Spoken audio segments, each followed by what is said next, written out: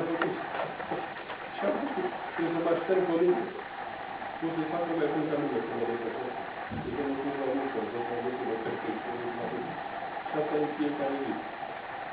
Iar eu vă spun, dragilor, eu știu cu siguranță, Dumnezeu e copilul tău, deci mă iubește. Nu știe ce darul să mai fac. Nu știe ce darul să mai fac. Munca pe care o fac, aceasta de vindecare, de transformare a oamenilor, este răsplata în sine. Aceasta lucru este răsplata mea. Mă răsplătește. Am niște satisfacție extraordinară. Acum, să mă spun de cursuri. Am împărțit cursurile în două. Formulele omului, formulele pământului. În formulele pământului, bineînțeles, formulele pământului reprezintă tehnici prin care învățăm să manageriem spațiul în care trăim. Bineînțeles că de bază aici este Feng și radiostudiu. Relativ la ce spunea ceva cu informațiile din cărți, am să vă dau un exemplu cutremurător. Feng din cărți nu funcționează. Pentru că Feng Shui, ca majoritatea acestor științe, nu a fost dat de bunăvoie. A fost mult. Prima carte de Feng Shui tradusă în engleză datează din 74 sau din 74. Deci e foarte proastă. Nimeni nu dă de bunăvoie înțelepciunea lui despre cărți. Și atunci Feng Shui, chiar dacă îl citim în cărți și pare foarte limpede, el nu este limpede. El e dat încifrat în așa fel încât să nu fie înțeles. Și am să vă spun, ca să vă dați seama despre ce e vorba, să vă spun unul din marile secrete ale Feng Shui. Bineînțeles că mai mult, dar să vă spun unul dintre ele. Doresc să știți, toată lumea care a venit aici face parte din categoria căutătorilor.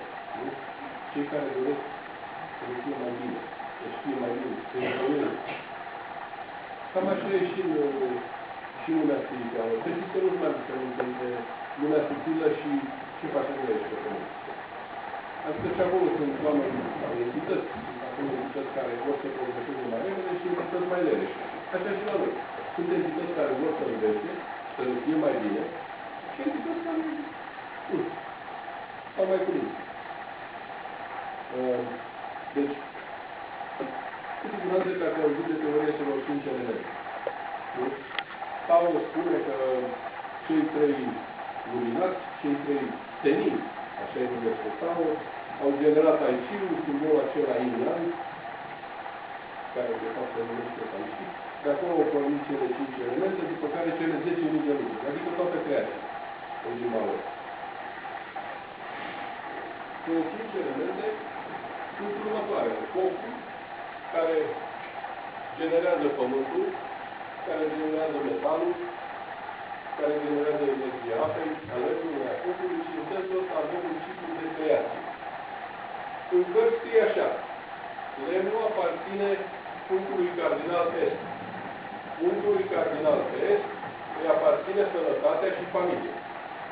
Cu alte cuvinte, se înțelege din cărți că dacă vreau să-mi stimulez sănătatea și să-mi întregesc familia pe bine, în zona de est a casei pun un obiect de lemn. Este? Așa se înțelege din cărți. Nu este așa. Pentru că secretul secretelor Feng Shui este că atunci când vorbim de un obiect aparținând unui element, nu ne referim la natura acelui element. Și am să vă dau un exemplu. Aveți în fața dumneavoastră măsuțe. Da? Ele sunt de lemn. Nu? Am zice că aceste măsuțe sunt de pus în zona de est ca să ne stimulăm sănătatea. Dacă punem aceste măsuțe în zona de est, ne ruinăm sănătatea. Pentru că, de fapt, ele aparțin elementului pământ. Adică sunt rectangulare sau culoare valoare. Sunt rectangulare. Da? Iar între lemn și pământ există o relație de distribuție. Înțelegeți că așa e posibil. Atunci când ne referim la un element, ne referim de fapt la un egregor care nu are legătură cu natura materialului și care are legătură cu alte caracteristici ale materialului. Forma și culoarea. Ok? Cu alte cuvinte, uitați, piedul ăla pe care stă camera de filmat este un obiect aparținând elementului lemn, pentru că este cilindru. Chiar dacă el este făcut din metal. Înțelegeți cum trebuie să se facă? Și atunci lumea lumea cumpără cărți de Feng-Shui. Și acolo se spune, spunem, bani, ceva de pământ. De asta Feng-Shui din cărți funcțional. Feng-Shui nu are astfel de distribuție. Odată aplicat Feng-Shui corect, într-o fază primară, de un sfert din primul nivel, un sfert din primul curs, învățăm să punem fiecare obiect pe care îl avem în casă în zona corespunzătoare. Atunci când facem acest lucru, se pornește Kundalini al casei. Vizualizați pervagua care are în mijloc Tai Chi, cele două elemente, yin și yang, da? Acela este Kundalini al casei. Casa este corpul nostru mai mare. Atunci când facem Feng-Shui asupra casei, este ca și cum facem acupunctură pe corpul nostru fizic. Însănătoșim casa, ne însănătoșim pe rest. Adică pe corpul fizic. Așa funcționează lucrurile, atât de puternice. Atunci când așezăm Feng-Shui corect, se formește Kundalini al casei, viața noastră se umple de evenimente fericite, căpătăm enorm de mult timp, pentru că până acum toate erau blocate. Și aceste blocaje ne generau consum energetic.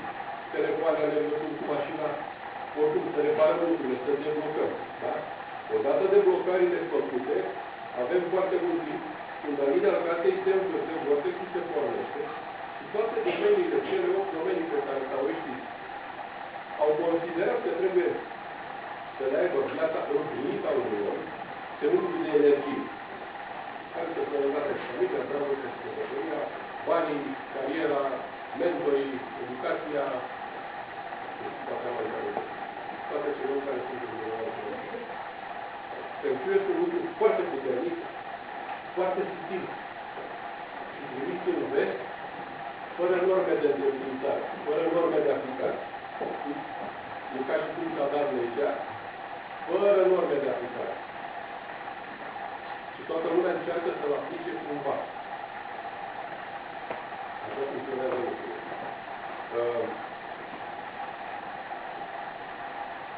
Ca să pășim mai departe, căutăm prin metode radiestetice energiile negative din care. Probabil că ați auzit așa numite melodii harmonice. Intersecții de benzi energetice cu valori negative pe care, dacă luăm soare în câteva ani de zile cu viață, se folosește de o valori gravă. Așa că aceste moduri, aceste intersecții de benzi trebuie detectate și nu se fac. Din fericire, lucruri foarte des. Repetarea acestor lucruri sau altor zone de energie negative, le facem prin metode radiestetice.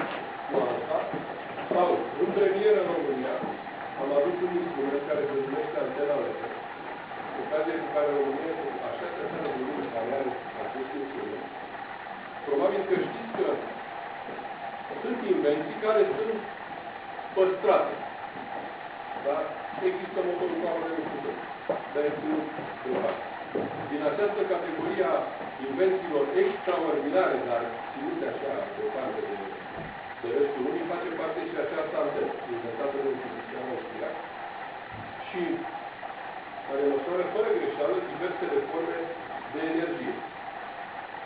Deci, după ce am așezat aici în case, măsurăm, găsim diverse forme de energie negativă pe care le limităm.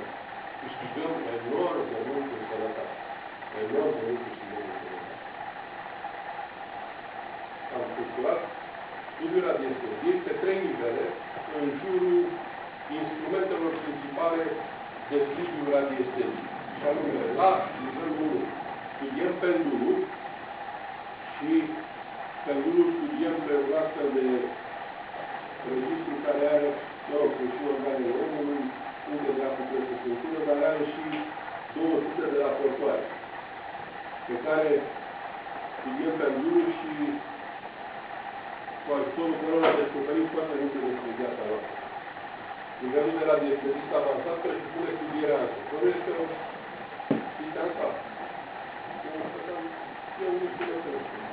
Se studiază asta și la curs primit, bineînțeles, la nivelul și registru, la nivelul de avansat, ANSA și un singur raportor. La nivelul 2 mai studiem un lucru care întotdeauna bine venit, și anume compatibilitățile între persoane. Compatibilitățile pe structuri, fizic, biotic, adică rațional, noistic, adică spiritual și per total.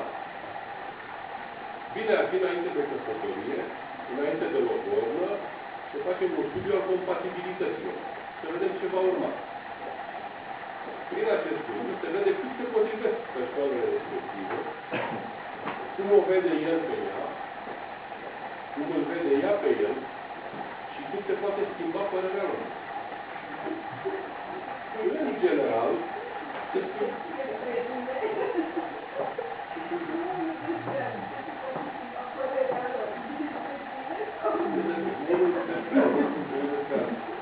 pentru că, uitați, așa în ultima vreme am găsit mai multe lucruri. Compatibilitatea fizică a ei cu el era foarte mare. De fizic ține sexul, comportamentul, modul cum vorbește, modul cum se mișcă, modul cum dansează, totul ăsta e. Da? Deci el o plăcea. Ea pentru el este frumoasă. O place. Că fizic e o place. Rațional, însă, mă arătă de părerea asta. Adică părerea lui fizic. Așa gândește el. Așa gândește el. Să vedeți cum stau lucrurile invers. Pe fizic, i-a dat pe el o părere proastă. Adică, probabil că nu vorbește de onorat. Eu știu ce se întâmplă. În schimb rațional, consideră foarte deștept. Și aici se echilibrează lucrurile. Și acum se măsoară și potențialitatea transformării. Adică cât se pot transforma. Și se mai pot transforma. Întotdeauna se pot transforma 20 de metri. Și atunci asta de vorbă cu fiecare. Și ce nu-ți place, domnule? Nu stai unde? Că ești în urată? Cred că nu. Dacă știi că stai unde mai des, poți să duci mai scris. E foarte importantă chestia asta, pentru că oamenii trăiesc cu astfel de pleacuri ani de zile. Ani de zile, suportă, tolerează. Pe care el a putut, dacă e cine unde face alea, toate produsul de vină. Asta am văzut, nu am văzut. Care nivelul de maestru administrativ este organizat cu un de aparat care a fost la legat, care măsoară radiațiile electrice. Adică e un aparat de măsură radiației fără greșeală. Poate să poți să-ți verifici măsurătorile cu asta, oricum nu. Ne face măsurătoare care la greșeală. Ne dă necum măsură. Măsoară energie, măsoară magie, măsoară prezența entităților, bune sau rele, măsoară starea de sănătate a organelor, cât de sănătate este, fiecare organ în parte, axa termică, adică cum sunt axate ceacrele, corpul omenesc, multe lucruri din asta extraordinare. Am smuls această antenă de la unii care nu cunosc ajungă și la noi. Cu forța am smuls-o și la ora asta suntem în România 6 sau 7 oameni care știu că o folosesc antenă. Adică eu și mai bine.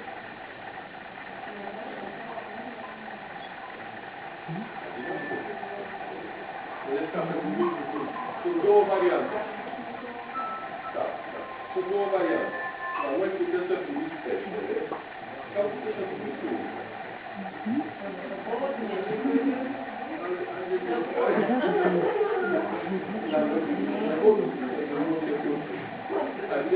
Aceste științe, așa cum se confirmă. Ele se confirmă. Dacă undeva nu se confirmă, e ceva greșit. Pentru că toate duc în același loc, toți sunt de unul, toți sunt de unul. Aceste științe se confirmă. Dacă esenția confirmă pentru cristaloterapia, confirmă pentru energetic. Toate se confirmă. Chiar dacă la început pare așa mai dificil, mai la urmă, și ele se pot învăța. Ele se pot învăța. Învățarea acestor tehnici își spune o serie de inițieri. Inițierea e procesul prin care maestrul îi dă puterea discipolului să folosească